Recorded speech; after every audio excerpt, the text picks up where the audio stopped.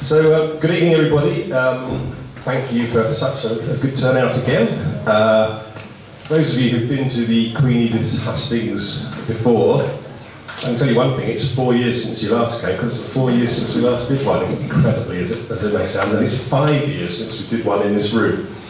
It seemed like about 6 months to me.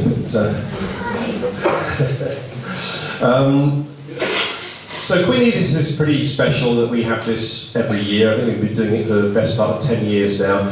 Other wards in the city have done odd ones. I believe there's at least one other this year, which is great. Sort of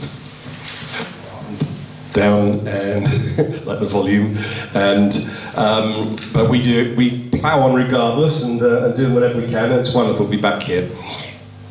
This year we've got 5 candidates for you for City Council, but before we introduce them, I'd like to thank Councillor Jennifer Page-Croft, who's our outgoing councillor, who's placed on the council.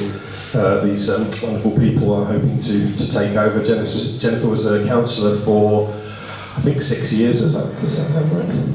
Sorry? 8. Gosh, well, okay. Anyway, it was it's a long time. She's certainly done a bit, which is great. Yeah, thank you very much to Councillor Page-Croft for all her efforts over the last few years. I'd like to also, in advance, thank all the candidates in front of you tonight. There's a lot of effort involved in campaigning. And in some cases, you know, with only an outside chance of winning, but they're all prepared to put in the effort and put up their time. And you know, if they get elected, it's a huge commitment on their time to help the community. As our existing councillors, of which Councillor Beckett and Councillor Davis are both here tonight, which is terrific. Will absolutely confirm. So the format tonight. Again, is Chris Brand.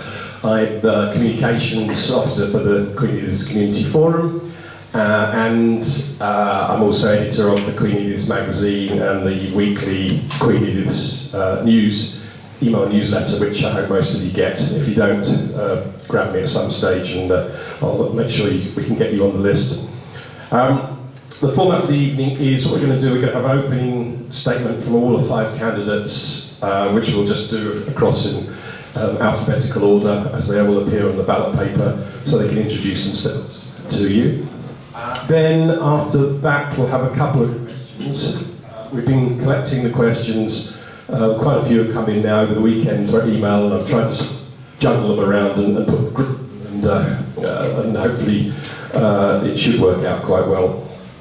We'll have a couple of questions, and then once we've answered those, which we'll do in random order, we'll have a break for tea and coffee, and then hopefully have a chance for another 2 or 3 in the second half, and we'll be finished hopefully before 9 o'clock, so that's great. Well, we will be finished before 9 o'clock. And I'm not going to be strict on time with the various candidates in terms of, you know, winding them up, unless they really are going on, and I've all promised me they won't. I've explained that. We've found out in the past that if you go on too long, it's not a great way of winning votes. So I think maybe I'll wind it up if it does go on maybe past a couple of minutes or something on an answer to a question. But as I say, I'm not going to be switching off microphones or anything like that. That's basically it for me.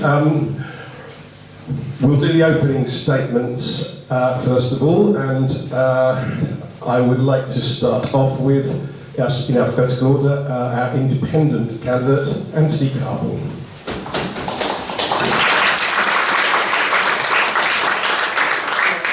The microphone is on. You get the microphone on it, ladies and gents? No, I can't hear it. Is it? Right, good evening, ladies and gentlemen. I'd like to start with, many of us are leading lives of quiet desperation. Sometimes that desperation can no longer keep quiet. I watched it on the film Shall We Dance, the Japanese version. what I'm going to tell you, so it must be true. My name is Anthony Carpenter. Some of you will know my parents, some of you will have met my grandparents when they were around, and some of you may even know my niece and nephews. So I've really got to be on best behaviour here. I spent the first 20 years of my life here, and I tried to leave Cambridge permanently, twice. As you can see, I failed. First for university and second for the civil service. But my own failings, which I've spoken about, in particular health-wise actually, are, I think, rooted in the institutions of my childhood right here in South Cambridge. And actually that's one of the motivations for me standing. My study of local history since 2016, and some of you will be familiar with my Lost Cambridge blog, has opened my eyes how my generation was let down. The conversations that I've had with people who I used to go to school with has really opened my eyes and shown me how so many of us got to where we were not because of the local institutions that we went through, but in spite of them. And every day we see the impact of those failings of our over-centralised state and ministerial failures. And I say that as someone who used to work as a policy advisor in Whitehall for ministers of all political parties that have been in government over the past 10, 15 years. We see the potholes outside our £1 million houses, private wealth, civic squalor, over-concentration of 16 to 19-year-old places, and the long commutes that our teenagers, and when the teenagers are here, they are our teenagers, have to make. Transport policy paralysis from ill-thought-through creations of the GCP and the CPCA in the midst of local government austerity. What is to be done then? That's what we're here to debate. I'm not here campaigning for votes because I want more than that. I say, not another generation failed. The overhaul of our city starts here, it starts now, and it involves all of you, as well as us here. What your role is, well, that's up to you. Democracy is not a spectator sport, it requires the participation of all of us. The purpose of my campaign is to inspire a change in the consciousness of our city. It has already started and continued long after the polling stations have closed and a new councillor elected for Queen Edith, whoever that may be. Let the debates commence. Thank you for listening.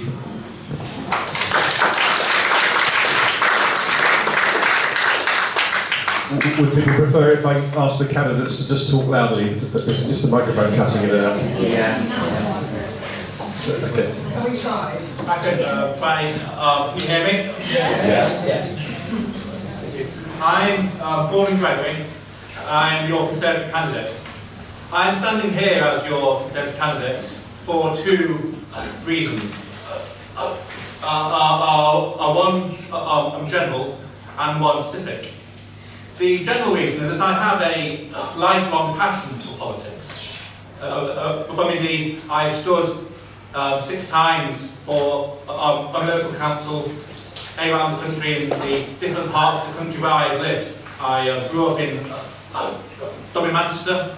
I trained as a doctor in Sheffield, and over the past few years I lived in many of our great cities, most recently in Nottingham and Leicester. I was actually first prompted to start public speaking and join local politics because I have a lifelong stammer, and I've always found that if you confront your fears and your weaknesses, then it is far better than avoiding them, and that's why I actually first started doing public speaking and debate. But the specific reason, just before I move on, I also served for 4 years as a councillor in Lincolnshire when I was there, including chairing the Audit and Governance Committee, which holds councils to account, and serving on the County Health Scrutiny Committee, which holds the healthcare providers to account. But the specific reason for me standing on this time as your Conservative candidate is I hadn't intended on standing when I had first come to Cambridge, is to stand against the immoral policy of the Labour and the Liberal Democrat controlled GCP, that of the congestion charge. This is an immoral policy for two particular reasons, in its means and its ends. In its means, it is being imposed from an unelected body of appointed councillors, all of which are Labour and Liberal Democrats. And the body is entirely unelected.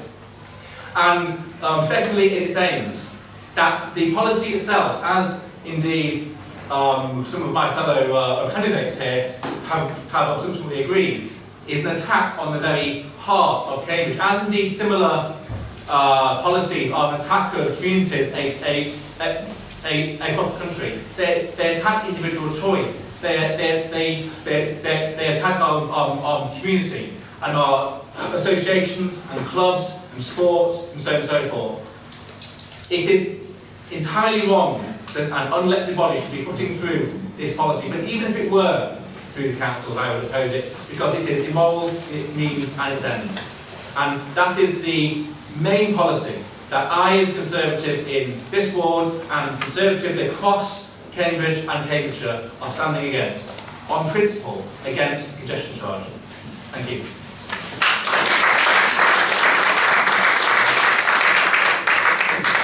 Can everyone hear me at the back? Yeah. Okay. First of all, Chris, I want to thank you for putting this together. I want to thank the Queen's Forum for putting together this Hustings. And as Chris said, we've had a brilliant turnout. That's really good. I love the fact that we live in such a great community where people can come on, they have made up their minds before polling day, and they want to hear what the candidates have to say.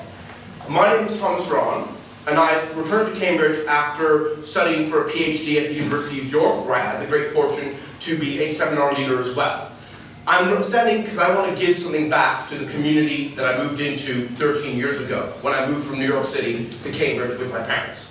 I think Queen Edith is a fantastic community, right? Where else do you have a place where the food bank has to ask people to stop giving them donations because they have so much money? That's incredible. I love that, right? And I really think that such a community deserves a strong, hard-working councillor who's going to turn up and who's going to help them along and ensure that the City Council's priorities are Queen Edith's priorities. We've seen great community organisations make use of the Labour City Council's warm room initiatives, like this very church, which runs our Friendship Cafe every Monday, or St. James's Church, or the Queen Edith's Chapel, or Rock Road Library. And I want to continue building that partnership. I want to continue being your voice on the Guildhall with the group that runs the City Council, which will, in all likelihood, be the Labour Party after this election. I want to work to defend the Nine Wells chalk stream, which so many voters are so passionate about. I want to make the new Nightingale Park recreation ground, the new Nightingale Park Pavilion, a massive success, because we deserve a community centre that speaks for our voters. And I hope that you can, what I'm asking is for 4 years to prove that I can be a strong, hard-working councillor that can speak on behalf of everyone in this room and everyone in this ward and ensure that their priorities are the priorities of a strong, hard-working city council with a strong, hard-working city councillor that's going to answer casework, that's going to work with everyone, no matter who they vote for, no matter what they stand for, to get the best deal possible for Queen Edith and make it the best possible ward in the next 4 years. Thank you.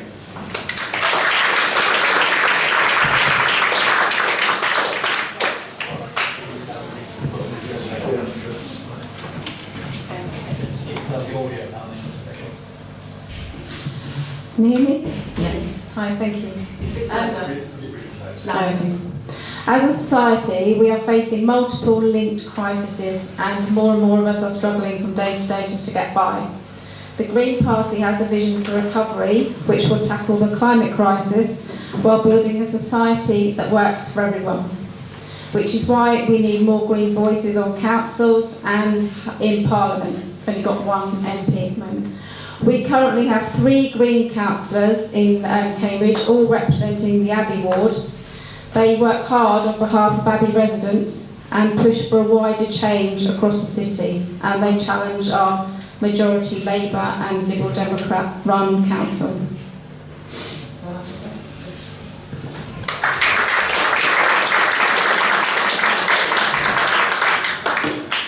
Hello everyone, my name is Karen Young, and I I'm very proud to be representing the Liberal Democrats. One of the worst things that anyone can say to me on the door when I go canvassing is I don't vote. So I'm absolutely delighted and would like to thank you all for coming. It's great to see such civic involvement and interest in politics. I really don't understand people who do not have that interest. So thank you all very much for coming, and thank you to Chris and the Community Forum for setting this up. I am an accountant and worked in international corporate tax, but have retired and now have gone back to university to do another degree in theology. My first one was in natural sciences here at Cambridge a long, long time ago, but now I've kind of changed track. I passionately believe in communities and really want to be the voice of the community here, standing up for residents in the council, working together with the other Liberal Democrats, the independent councillor here at the City Council level, and the County Councillor, who's also a Liberal Democrat. I think I am very much teamwork. I would very much like to work with all of those people together, and having a Liberal Democrat on the council representing you is someone who will provide a little bit of opposition. You've got 27 Labour councillors, and I think that's enough. The Liberal Democrats exist. This is the preamble to the Liberal Democrat Constitution, and I'm very proud of it. Exists to build and safeguard fair, free and open society in which we seek to balance the fundamental values of liberty, equality and community, in which no one should be enslaved by poverty, ignorance or conformity. I really 100% stand by that and want to be helping everyone here in the ward do what they want to do. Yeah. Thank you very much.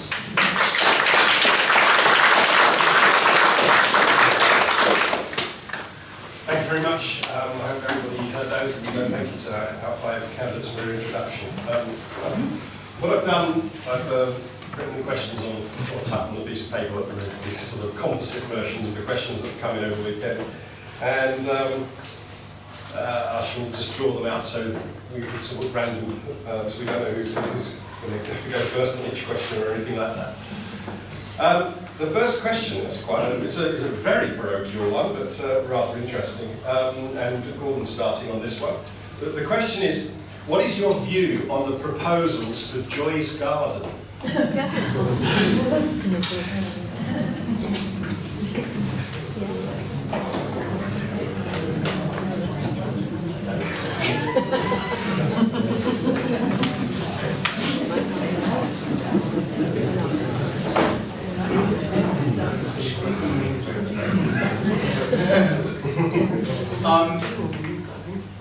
I am not overly knowledgeable about this particular community garden, but in general, I am, as a politician and a philosopher, in favour of voluntarism. That as human beings are the defining feature of us as human beings is our thought and the way that we interact with other people. And as such, I am very much for voluntary action and voluntary community and building of community through such free association. And that is why I am a Conservative, as opposed to the more collectivist parties who believe that such action and such community should be enforced top-down. That is why I am a Conservative, and that's why I believe in the individual and the community, which is based on the free association of communities. Thank you.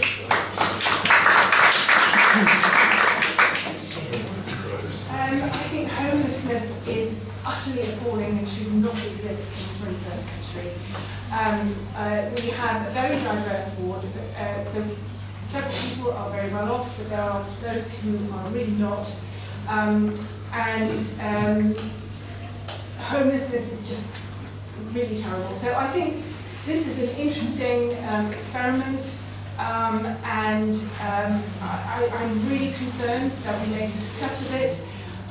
I think homeless people, that making the transition to permanent accommodation need a lot of support, so I would be very concerned that the people living in these new pods would have sufficient support and assistance to make a healthy and good transition back to normal life as part of the community. So I would say I'm in favour, but we need to make sure that those people have support.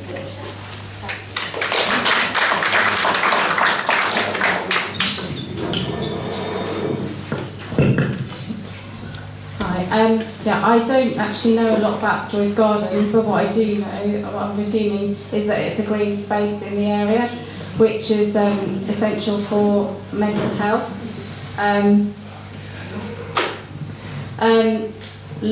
Local green spaces do provide. They are really important when you've got verges with wildflowers on, home to bees and insects, and they promote biodiversity. We've got a lot of biodiversity loss in a lot of biodiversity loss across the country, and I think every little space with wildflowers that attracts bees, for humans as well, is really, really valuable. So as far as that's, of course I'm a green, so I'm going to talk about all that. So that's what I think it's important. Okay.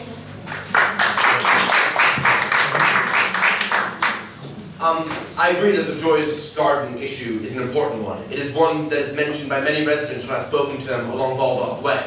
And I think that, by and large, what I've heard from many residents is that they do support the legacy of Joy's Garden to be used to support homeless residents. And I think we've seen that scheme be successful across the city, and it's in fact the Labour City Council that has worked to pioneer that. I do agree, though, that we have to make sure it actually works. And as a Labour City Councillor, I want to make sure I'm visiting there, speaking both to residents on the street and to those who are using Joy's Garden to make sure that they are being supported. I want to be able to report that back to the relevant officers and to our Labour executive to make sure that everything is being done properly and fine-tuned, and that residents are not seeing a decrease in their quality of life. I think most residents are proud to support it. That's what I've heard from the doorsteps on Baldock's Way. And I think that shows what a civic community we have. And I think the concerns they raise about potentially there not being enough space, about the exact numbers of pods there will be, about ensuring that there is enough green space left in the garden are all very valid points. And I think that given that we have not fully gone through planning yet, there is all to play for. This initiative is still very much in the early phases, and I pledge to work with the Queen community to ensure that it is the best area it can be, both for residents and for the homeless population that it will be housing, and that is something I pledge to do with the residents of Baldock's Way and the relevant residents association, as well as with the council at large.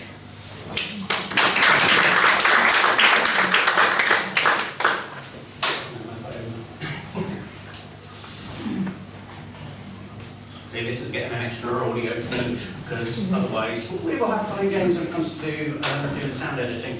I used to do a paper round near Joy's Garden back in the day, and it always used to fascinate me, the flowers and the little gnomes and statues that used to be there. It was just this completely lovely little world. I also used to work in the civil service in housing policy, so I'm more than familiar with homelessness and housing policy, and I'm also aware that local government, because of the restrictions from central government, can only do so much. And while I welcome the use of the homeless pods that we've seen actually in other parts of Cambridge, as Mr. Ron correctly said, and have actually been really successful, the challenge for council officers, thank you, and also for executive councillors, is to ensure that the services to support the people who are going to be living in there and helping get their lives back on track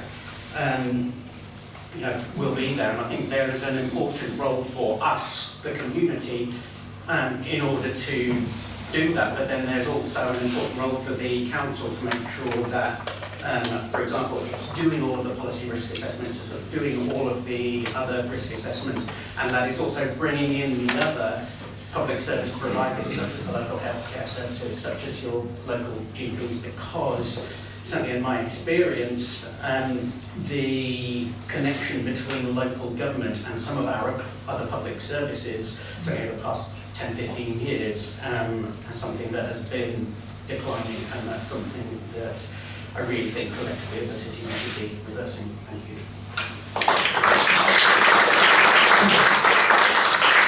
Thanks very much. That was a bit of a curveball for the I do apologise to any of the respondents who were on slightly shaky ground there. I promise the second question is completely the opposite. It couldn't be easier because to some extent it goes over what they've already said, but it's actually, I think, worth saying because quite often we found in the past that when the candidates do their opening statements, they come to me afterwards and go, "Oh, I wish I'd said that," and other people did it. So the question is actually really good. And the question is a really simple one. Well, it's a two-part thing. You can answer either or both. What is your connection to Queen Edith? And what do you think are the biggest issues for residents at the moment?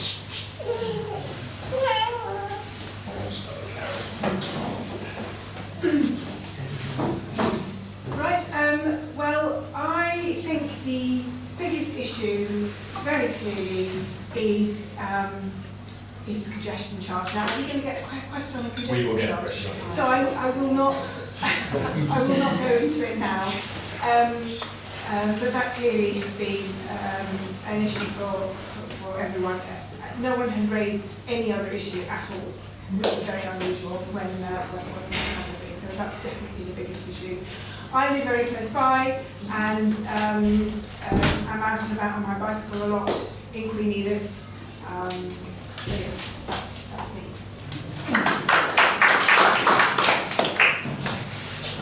Hi, so my connection is both my children went to school in Queen Edith, so I was, and even though I just lived just outside the ward in Coleridge, I'm on the border, so I was basically in and out of Queen Edith and have lots of friends, and I don't think I'm the only one I know now, but I have lots of kind of acquaintances and friends in Queen Edith, so that's my connection for the last sort of 20 years really. You'll be surprised to hear this, my biggest concern for residents, well actually it's an environmental one, but it's actually water, because I don't think many people realise what, I was seeing some nodding there, how important and how little, how our water is really suffering at the moment. We're using a lot of water. All the new developments are going to take up water. We need water neutrality in any new developments, and the more water if we can continue to take water from our aquifer and the chalk, and they'll come from the chalk streams, then it will damage our chalk streams, which have got a lot of biodiversity, and our river as well. Our river, there's a lot of pollution, sewage in the river. There's not enough flow, so I think water is a really important one, and I would suggest everyone just look up what our water problems are. Describe in 5 minutes. Okay, so that's mine.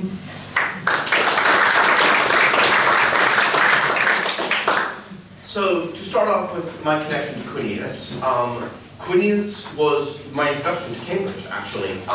When my parents moved ahead of me, they rented on Hills Avenue, and that was the first place I stayed. Admittedly, not for very long, but it was the first place I stayed. It was the first introduction I had to Cambridge. And it's been a really good introduction. I really fell in love with the city through Queen Edith's. I also, throughout the last few months, have been a regular attendee at the Friendship Cafe here at St. John the Evangelist, at the lunches at St. James's Church. I even attended the Rock Road Warm Rooms. I have also been regularly canvassing around the ward and speaking to residents, which I pledge to continue to do. In terms of the biggest issues that I've heard, I agree the congestion charge has come up. Although I think actually the biggest issue I've heard is about the appalling quality of our roads, about potholes. That certainly is, I think that probably edged out the congestion charge a bit in the hundreds of conversations I've had. And actually, I was one of the only candidates to turn up to the area committee and speak to Councillor Beckett, whose role is actually about handling potholes. It is unfortunately a county matter, not a city matter. But I did speak to Councillor Beckett about the issue of potholes as well as other transport-related things, and I pledged to keep doing that, to build a strong bridge between myself and the community. One of the things I want to do is hold a surgery every month at Rock Road Library where all councillors, regardless of party, can turn up to, so we can actually speak to residents and work together so that, when we're not tearing holes in each other at election time, we can actually work for the betterment of the community of Cranitas. Other big issues that I have heard, not only on the doorstep, but in my conversations with community groups, is about the Nightingale Pavilion, which I think the Cranitas Forum has played a very big role in securing, and the Labour Council has helped to build. And I want to see that pavilion is a big success. I want to see it be a strong community centre for this ward.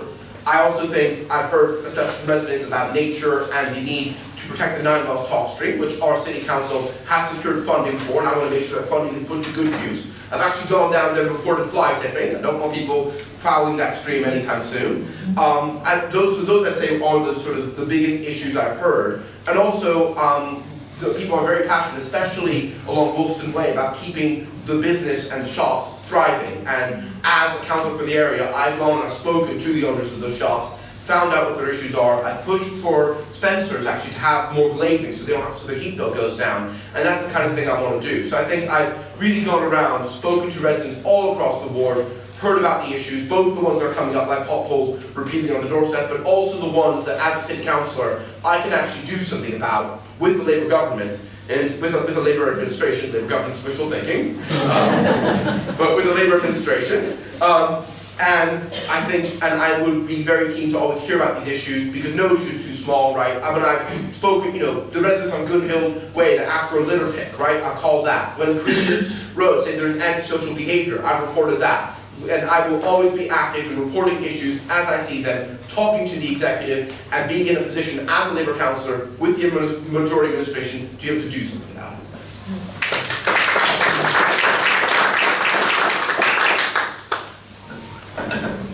Right, so what's my relationship with Queen Edith? Crikey, how long have you got?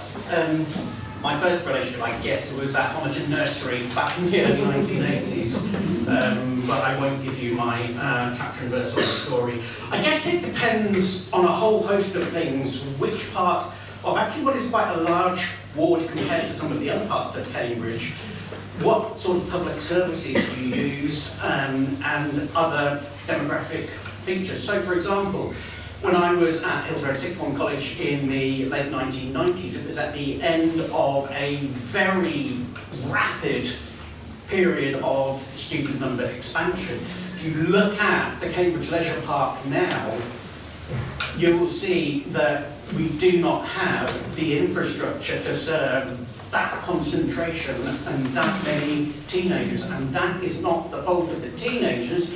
That is a collective long-term failure of both local and central government, because in the early 1990s, the way the funding mechanism worked from central government was that both Hillsborough and Longboat could only get extra funding if they increased their numbers.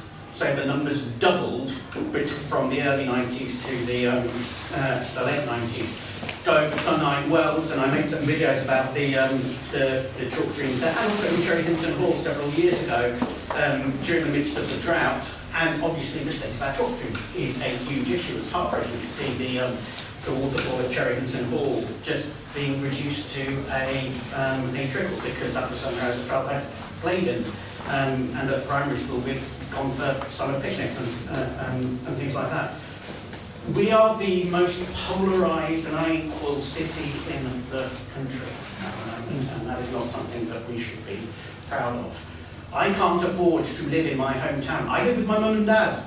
In fact, some of you know my mum and dad in this room.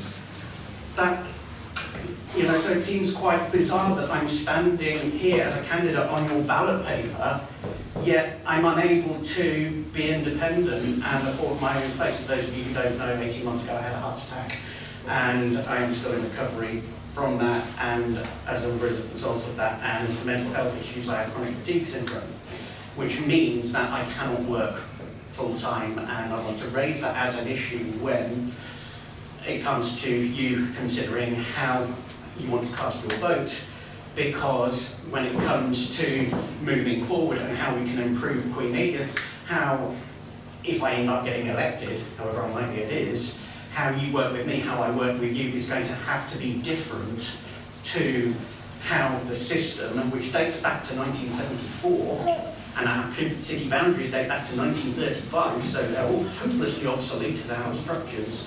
It's going to have to be different with me, and I will let the other candidates answer for themselves. Thank you.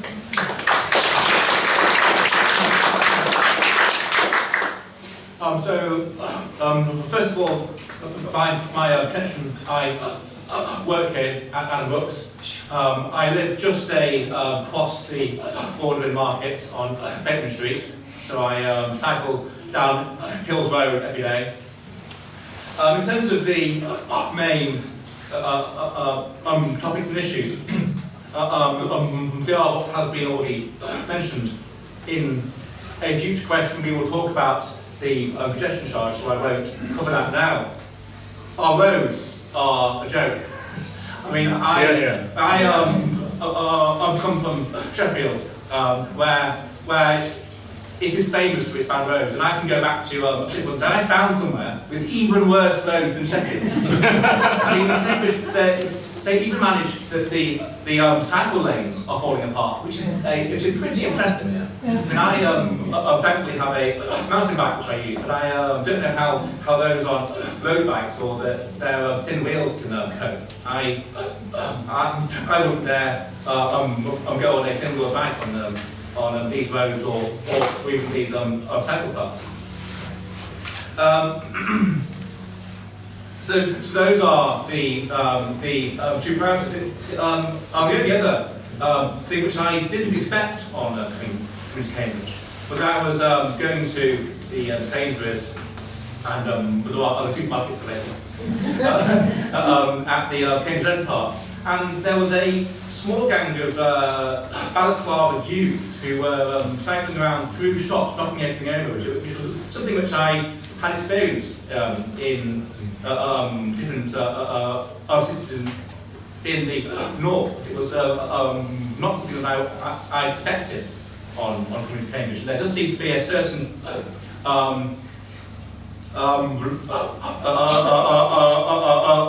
of policing in certain areas, which I think could be improved upon. And if it isn't, it will only get worse. Thank you.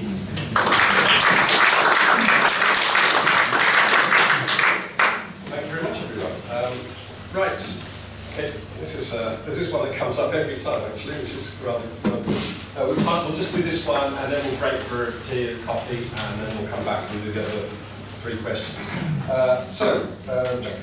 The question is, if there was an issue where local residents supported one thing but your party wanted something different, how would you vote?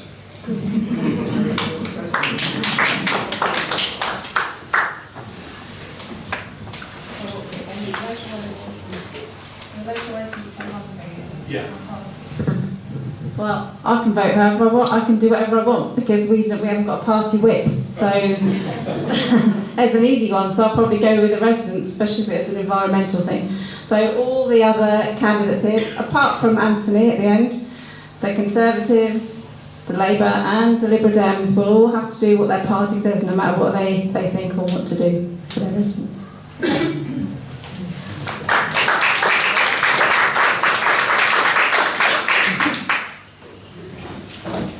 So this is a very, very interesting question because it goes to the core of political theory and policy making. In general, there are two broad categories of policy. There are those which rely on individual choice, and there are those that rely on group force, on a certain group of the community forcing a different group of the community through the state to their will. And that can be a majority by number, it can be a democratic majority, or it can be just a vocal and powerful minority. And I am always on the choice of individual choice. And therefore, in terms of if the community would want a certain thing and my party a different thing, it would depend on what it was. If it was a certain portion of the community who wished to impose on a different part of the community through the state, then I would oppose that. If it was that my party, as it does sometimes, and I would say even more frequently of recent times, be bringing in a brute force type policy, then I would be opposing my party on principle either way. Thank you.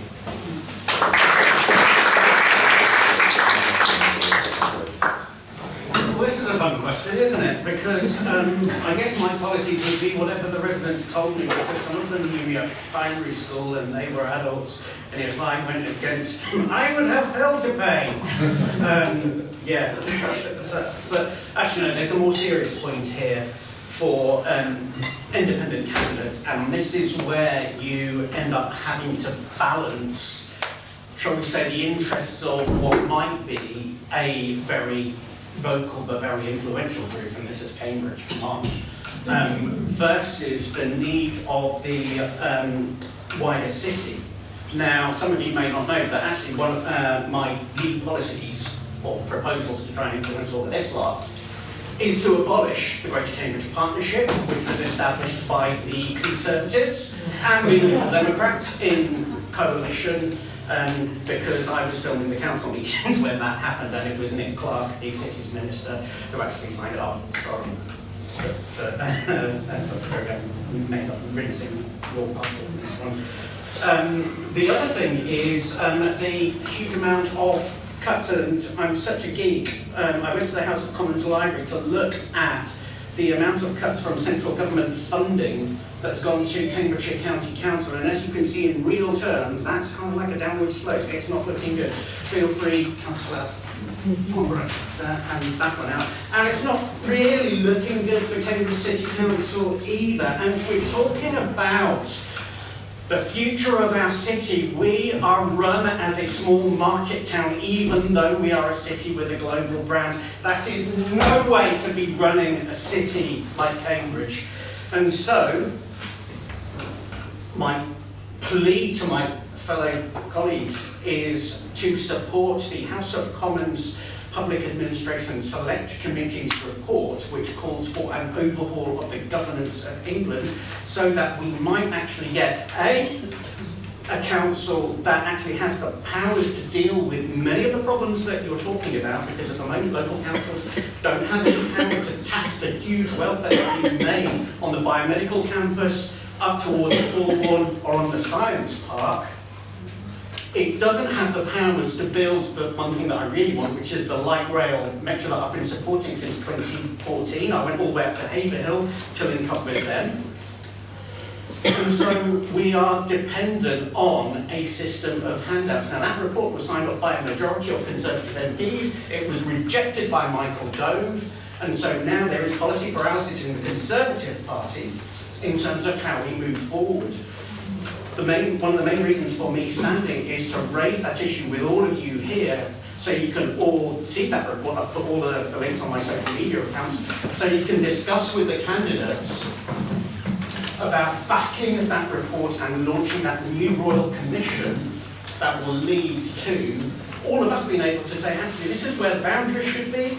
These are the powers that we want our new councils to have without ministers interfering. I know what it's like, because I used to be one of those advisors who was working with ministers interfering in local councils in the civil circuit, so I'm kind of like gamekeeper turned poacher. And ultimately enabling Cambridge and our surrounding towns and villages to shape our own destiny. Is that too much to ask for? Oh, we've got some brownies walking past as well, so thank you.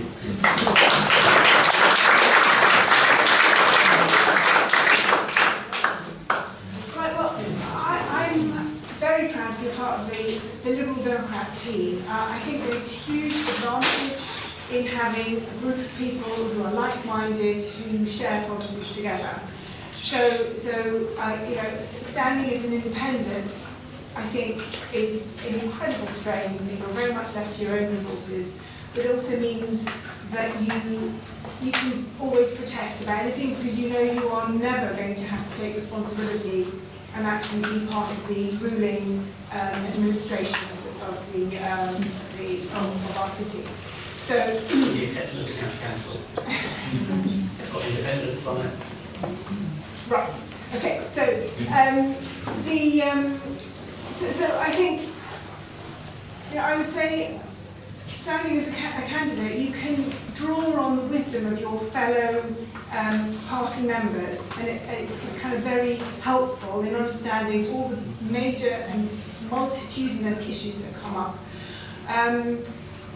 I would anticipate that there being a difference between what local residents want and what the party wants.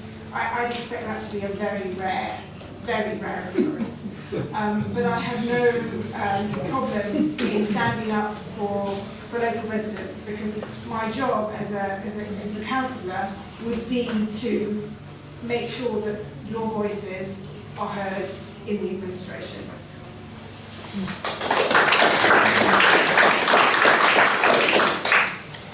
At the outset, I would like to say that I very much hope such an event would never happen. And I think, were such an event to happen, I would have somewhat failed my role as a councillor. My role as a councillor is to try to make sure that your priorities are the city council priorities. And when residents are out, and when residents and the priorities of the Labour group are out of step, I want to work with them to work together to potentially find a compromise. Because usually we can find a compromise.